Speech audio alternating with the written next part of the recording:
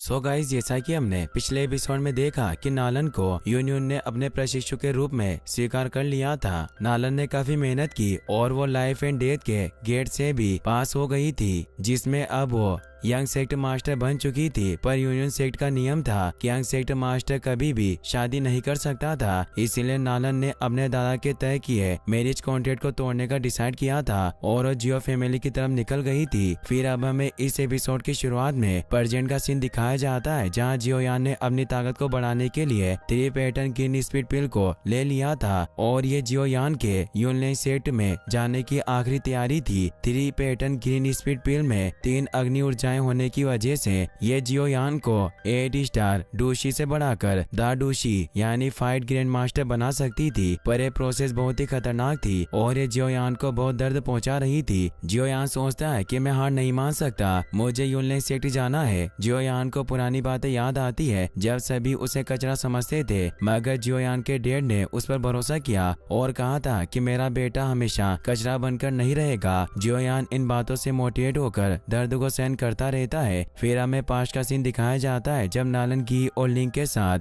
जियो परिवार में आई थी। जियोयान भी वहां जाता है पर उसके बैठने के लिए वहां जगह नहीं थी। जियोयान कहता है कि परिवार में मेरी जगह लगभग खत्म होती जा रही है। तभी जूनियर उसे कहती है कि तुम मेरे पास आकर बैठ सकते हो। जियोयान जूनियर के पास जाकर बैठता है और उसे कहता है कि तुमने एक बार फिर मेरी मदद की। जूनियर उससे पूछती है कि वो लड़की कौन है जो आज यहाँ आई है। नालन सामने आकर जान जियो को अपना परिचय देते हुए बताती है कि मेरा नाम नालन यान रेन है और नालन जी मेरे दादा हैं। जान जियो को याद आ जाता है कि वो वही लड़की है जिसके साथ उनके बेटे का मैरिज कॉन्ट्रैक्ट हुआ था और वो उसे यहाँ देखकर बहुत खुश हुए। कहते हैं कि मैंने तुम्हें कई सालों से नहीं देखा, इसीलिए मैं तुम्हें पहचान ना सका। नालन उन्हें कहती है कि मैं कभी आपसे मिलने नहीं आती, इसीलिए आपकी कोई गलती नहीं है। जान जियो कहते हैं कि मैंने सुना है कि तुम्हें मास्टर यूनियन ने अपने शिष्य बना लिया है। मुझे विश्वास नहीं हो रहा था कि सच है, तुम बहुत ही होनहार हो। नालन कहती है कि मैं सिर्फ भाग्यशाली थी और वो घी की तरफ इशारा करती है क्योंकि वो खुद उन्हें नहीं बताना चाहती थी कि वो यहाँ मैरिज कॉन्ट्रैक्ट को तोड़ने आई है। घी जान जियो से कहते हैं कि हम आज यहाँ यंग सेक्ट मास्टर के रिलेटेड कुछ बात करने आए हैं। जान जियो कहते हैं कि बेशक आप जो बात कहने आए हैं वो कह सकते हैं। घी कहते हैं कि हमारे यूनियन सेक्ट के नियम बहुत स्ट्रिक्ट है। सेक्ट मास्टर को यंग सेक्ट मास्टर यानी नालन से बहुत उम्मीदें हैं क्योंकि आगे चलकर नालन ही यूनियन सेक्ट की सेक्ट मास्टर बनेगी। पर नालन को कल्टीवेशन करने के लिए शांति की आवश्यकता है, इसीलिए हम मैरिज कॉन्ट्रैक्ट तोड़ना चाहते हैं। जान जियो गुस्से में चाय का कप तोड़ देते हैं। सभी लोग बातें करते हैं कि जियोयान कचरा है और नालन जैसी लड़की इससे क्यों शादी करना चाहेगी। जान जियो कहते हैं कि तुम लोगों को पता होना चाहिए कि इस डोक्यू कॉन्टिनेंट में अगर लड़कियां शादी के कॉन्ट्रैक्ट को तोड़ने के लिए जबरदस्ती आती है तो इसका मतलब ये होता है कि लड़का उसके लायक नहीं है। ये कहता है कि मैं जानता हूँ कि फैसला बहुत डिफिकल्ट है, पर हमारी सेक्ट मास्टर यही चाहती है। जान जियो गुस्से में अपने लो एंड रोन टेक्निक को एक्टिवेट कर लेते हैं। ये भी नालन को प्रोटेक्ट करने के लिए अपनी पावर को एक्टिवेट करने लगते हैं। पर जियो फैमिली के दोनों एल्डर जान जियो से कहते हैं कि तुम परिवार के मुखिया हो, इसीलिए तुम्हें ऐसा काम शोभा नहीं देता। जान जियो शांत हो जाते हैं और वो नालन से कहते हैं कि इस मैरिज कॉन्ट्रैक्ट को तोड़ने के लिए क्या नालन जी ने परमिशन दे दी है। नालन कहती है कि इस रिश्ते को तोड़ने के लिए दादाजी कभी नहीं माने, लेकिन ये मेरा फैसला है और मैं इस शादी को खुद रद्द करना चाहती हूँ। जान जियो इससे निराश हुए कहते हैं कि तुम यूनियन सेक्ट की अगली वारिस हो, भविष्य में तुम डोक्यू कॉन्टिनेंट की एक फेमस पर्सन बनोगी। पर मेरा जियोयान एक नॉर्मल इंसान के अलावा और कुछ नहीं है, इसीलिए तुम्हारे बिल्कुल भी लायक नहीं है। गे कहता है कि मुझे खुशी हुई कि आप हमारी बातों को समझ पाए और हमारे सेक्ट मास्टर को भी पता था कि आपके लिए बात स्वीकार करना बहुत डिफिकल्ट होगा, इसीलिए मैं विशेष रूप से आपके लिए एक बड़ा गिफ्ट लाया हूँ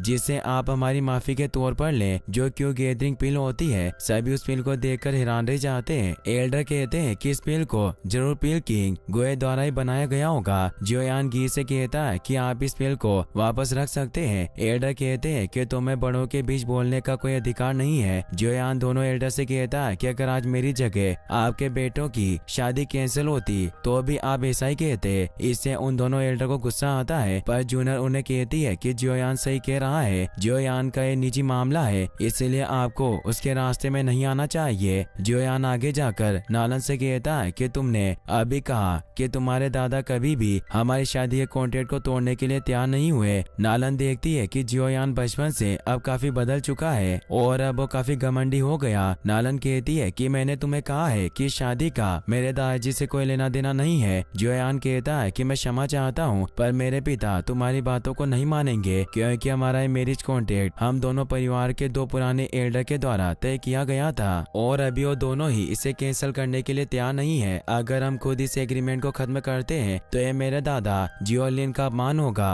और हम ऐसा कभी नहीं होने देंगे। नालन कहती है कि तुम कहना क्या चाहते हो कि तुम खुद इस कॉन्ट्रैक्ट को तोड़ोगे? लगता है मेरे द्वारा दिया मुआवजा तुम्हें कम लगा, इसलिए मैं तुम्हें 3 और क्यू गैदरिंग पिल दूंगी और अगर तुम चाहो तो मैं तुम्हें यूनियन सेक्ट में भी प्रवेश दिला सकती हूँ, जहाँ तुम हाई लेवल के डू क्यू मेथड को सीख पाओगे। जियोयान को इससे बहुत ज्यादा गुस्सा आता है कि यह लड़की बहुत घमंडी है, इसीलिए उसे कहता है कि मैं तुमसे लड़ाई करना चाहता हूँ। नालन इससे डर जाती है। लिंग जियोयान के सामने तलवार पॉइंट कर देता है। जहाँ जियो अपने बेटे से कहते हैं कि उतावलेपन से काम मत लो। नालन लिंग को साइड करके जियोयान से कहती है कि चाहे तुम्हें मेरी बात अच्छी लगे या ना लगे, पर तुम्हें मैरिज कॉन्ट्रैक्ट कैंसिल करना होगा, क्योंकि मैं पहले यंग सेक्ट मास्टर बन चुकी हूँ और आगे चलकर मैं सेक्ट मास्टर बनूंगी। इसलिए तुम मेरे फैसले को जबरदस्ती की तरह भी मान सकते हो और तुम अच्छी तरह से जानते हो कि हम दोनों के बीच पावर का कितना बड़ा गैप है। जियोयान कहता है कि अगर तुम सिर्फ मुझे अपमानित करती हो तो मुझे जरा भी परवाह नहीं थी, पर मेरे पिता परिवार के मुखिया है। अगर आज वो तुम्हारे इस फैसले को स्वीकार कर लेंगे तो लोगों से कैसे मुंह मिला पाएंगे और आगे चलकर ये वुटन शहर में अपने फूड को भी होल्ड नहीं कर पाएंगे। नालन जान जियो को परेशान देखकर जियोयान से कहती है कि मैं आज थोड़ी लापरवाह हूँ और मैं मैरिज कॉन्ट्रैक्ट को तोड़ने के आज के फैसले को वापस ले सकती हूँ, पर हमें एक सौदा करना होगा, जिसके लिए मैं इस मैरिज कॉन्ट्रैक्ट के कैंसिलेशन को 3 साल के लिए टाल दूंगी। 3 साल बाद तुम मुझे लड़ाई के लिए चैलेंज करने यूनियन सेक्ट आ जाना। अगर तुम हार गए तो मैं मैरिज एग्रीमेंट को सार्वजनिक रूप से कैंसिल कर दूंगी और अगर तुम जीत गए तो इससे अंकल जान जियो को परेशानी नहीं होगी। जान जियो वहाँ आकर नालन से कहते हैं कि तुम अच्छी तरह से जानती हो कि मेरे बेटे की वर्तमान स्थिति क्या है,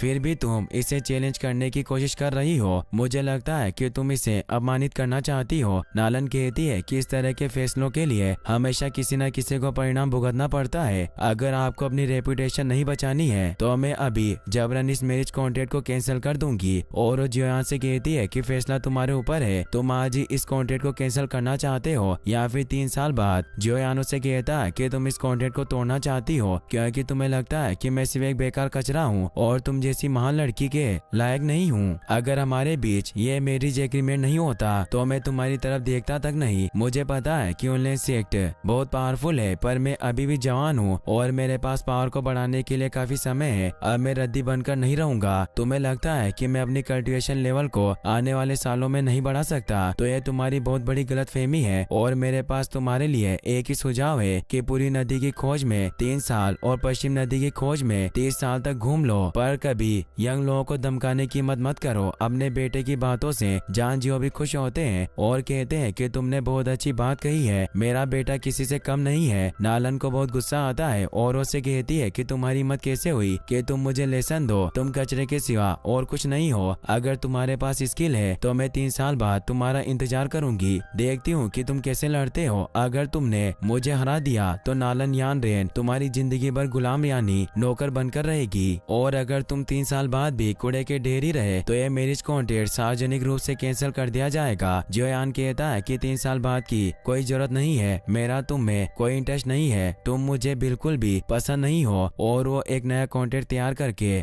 उस पर अपने खून की छाप लगाकर उसे कहता है कि तुम्हें लग रहा होगा कि मैं तुम जैसी प्रतिभाशाली पत्नी को पाकर खुश रहूंगा, इसलिए मैंने एक नया कॉन्ट्रैक्ट तैयार किया है जिसमें अब जीवन भर हमारा कोई रिश्ता नहीं रहेगा और तुम्हें जियो परिवार से बाहर किया जाता है। और उस कॉन्ट्रैक्ट को उसकी तरफ फेंकता है। नालन इससे गुस्सा होती है। जियोयान अपने डेट के सामने सर झुकाकर उन्हें कहता है कि 3 साल बाद में निश्चित रूप से यूनियन सेट जाऊंगा और आपकी इस इंसल्ट का बदला लेकर आऊंगा। जान जियो कहते हैं कि मुझे विश्वास है कि मेरा बेटा जीवन भर कचरा बनकर नहीं रहेगा, यह तो बस छोटी सी अफवाह है, तुम्हारा भविष्य बहुत उज्जवल है। जियोयान वहाँ से जाते हुए नालन से कहता है कि 3 साल बाद में तुम्हें चुनौती दूंगा। जियोयान इन बातों को याद करके खुश होता है कि उसके डैड ने सही कहा था और अब वो दाडूशी यानी फाइट ग्रैंड मास्टर बन चुका था, जिससे उसकी स्पीड काफी बढ़ गई थी और वो तेजी से दौड़कर बाहर आता है और अब वो अपनी डूक्यू को भी बाहर रिलीज कर सकता था। जियोयान इससे खुश होता है। बो डोंग भी ये देख लेते हैं और जियोयान से कहते हैं कि मुझे लगता है कि तुम दाडूशी तक पहुंच गए हो और ये तुम्हारी असली ताकत होनी चाहिए। तुम्हारी डुआंग वाली पुरानी ताकत जरूर तुम्हारी बॉडी के अंदर छिपी किसी प्रकार की शक्तिशाली ऊर्जा सील होगी। जियोयान उन्हें कहता है कि आपने सही कहा, मेरी बॉडी में ऐसी कई शक्तियां हैं जो मेरी नहीं है। मैं पहले उन पर निर्भर था पर अब आखिरकार मैं खुद की शक्ति में विश्वास रखता हूँ। बो डोंग भी इससे खुश होते हैं। फिर हम देखते हैं कि जियोयान ऑक्शन हाउस में याफे से मिलने आता है। याफे उसे बताती है कि कल 3 ईयर एग्रीमेंट होने वाला है, इसलिए अब तुम यूनलेन सेट की तरफ जा रहे हो और अब तुम पूरी तरह से तैयार हो। साथ ही वो उससे ये भी पूछती है कि इस मुद्दे कॉल करने के बाद तुम कहाँ जाओगे, क्या तुम जियो परिवार में वापस से लौटने वाले हो। जियोयान कहता है कि मैं घर जाने की सोच रहा था पर पहले मुझे जियानान एकेडमी जाना होगा। याफे कहती है कि जरूर तुम जूनियर को खोजने जाओगे। जियोयान कहता है कि तुमने सही कहा, मेरे जाने के बाद अभी भी तुम्हें जियो परिवार का ख्याल रखना होगा और मैं फ्यूचर में तुम्हारा एहसान जरूर चुकाऊंगा। याफे उससे पूछती है कि क्या तुम अब भी नालन से नफरत करते हो और क्या तुम चाहते हो कि कल की लड़ाई में उसे अपने किए का पछतावा हो। जियोयान कहता है कि अब मुझे इससे कोई फर्क नहीं पड़ता, मैं अब ये सब सिर्फ अपने परिवार और पिता के लिए कर रहा हूँ ताकि उन्हें अपना सम्मान वापस मिल सके। इन 3 सालों में मेरा सामना कई लोगों से हुआ, कुछ ने मुझे खतरे में डाल दिया